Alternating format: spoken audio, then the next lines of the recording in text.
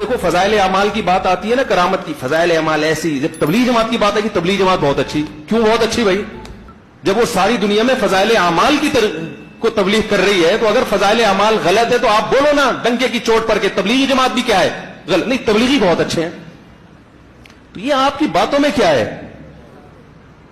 تضاد ہے. سمجھ میں آ رہی ہے بات؟ تو پھر بولو کہ جو ان کی تو ریڑھ کی ہڈی ہے فضائل اعمال، وہ تو سارا دن بیچارے کیا پڑھتے ہیں. تو ہم یہ کہتے ہیں تبلیغ والوں سے، ہماری کیا اوقات بڑے علماء کہ جب کام اتنا زیادہ دنیا میں پھیل گیا ہے تو ایسی کتاب ہونی چاہیے جو سب کے لیے قابل تسلیم ہو. جیسے کہ عرب میں ریاض الصالحین پڑھی جاتی ہے. مولانا ابو الحسن علی ندوی نے کہا تھا تبلیغ والوں سے کہ عرب یہ فضائل اعمال نہیں مانیں گے، آپ ریاض الصالحین رکھیں. تو شروع کر دی، کام پھیل گیا عرب میں.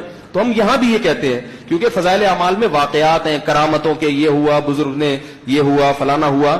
وہ کرامت کا جو باب ہے نا، وہ اپنی نجی محفلوں میں کوئی اس کے لیے حد تک تو ٹھیک ہے، لیکن جب آپ ایک اوور آل دین کی عالمی تبلیغ کر رہے ہو تو پھر اس میں کرامتوں پر نہیں، اس میں کس پر بات ہونی چاہیے؟ صحیح احادیث پر.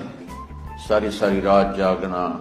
فلاں بزرگ تھے، وہ رسے سے اپنے بالوں کو باندھ لیتے تھے کہ نماز پڑھتے پڑھتے جب نیند آئے اور جھٹکا لگے تو رسے سے بندھے ہوئے بالوں سے اس جھٹکے سے تکلیف ہو اور ان کی آنکھ کھل جائے اور پھر نفلوں میں شروع ہو جائے. ایک فلاں بزرگ تھے، وہ اپنے آنکھوں میں نمک کا سرما لگاتے تھے تاکہ آنکھیں جل جائیں، اس میں وہ جلن پیدا ہو جائے اور نیند اڑ جائے.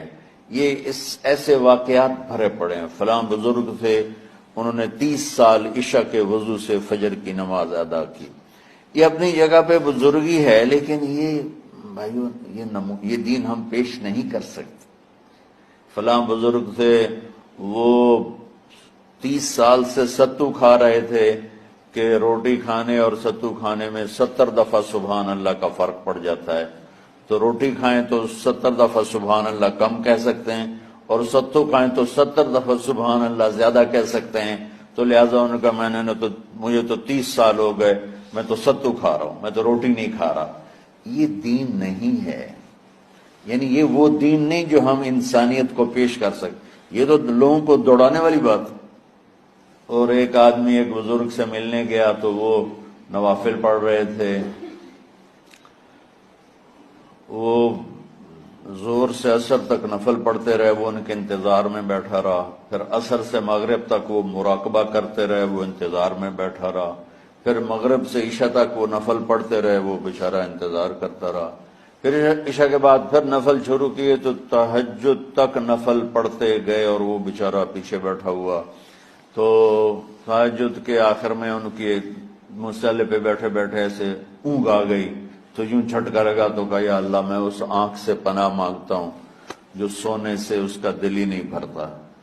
اور پھر اس کے بعد فجر کی نماز پڑھ کے اشراق تک بیٹھے رہے. پھر اشراق پڑھے. اخیر وہ بیچارہ اٹھی کے واپس آ گیا. کیا لگتا ہے نام تو ویلی کوئی نہیں. تو وہ اس نے کسی سے پوچھا کہ یہ بزرگ کب سے یہ کر رہے ہیں؟ کہ پچھلے 30 سال سے کر رہے ہیں. یہ راہبانیت کی شکل ہے. یہ وہ دین نہیں جو ہم لوگوں کو پیش کریں گے تو وہ کہیں گے واہ واہ واہ واہ کیا دین ہے بھائی، قبول کرو. بنی تھی اس وقت اتنی پھیلی نہیں تھی، اس وقت کے لحاظ سے وہ ٹھیک تھا. اب بہت سے علماء کہتے ہیں کہ جیسے عربوں میں ریاض الصالحین ہے، میں نہیں کہتا، میں تو چھوٹا آدمی، بڑے علماء سے ہم نے سنا ہے، خود تبلیغ ہی کے بعض بڑے علماء سے ہم نے سنا ہے کہ ریاض الصالحین جیسے پوری دنیا میں عربوں میں ہے نا، تو ایسے ہی اب تبلیغی جماعت میں ریاض الصالحین جیسی کوئی کتاب ہونی چاہیے جس میں مستند احادیث ہیں.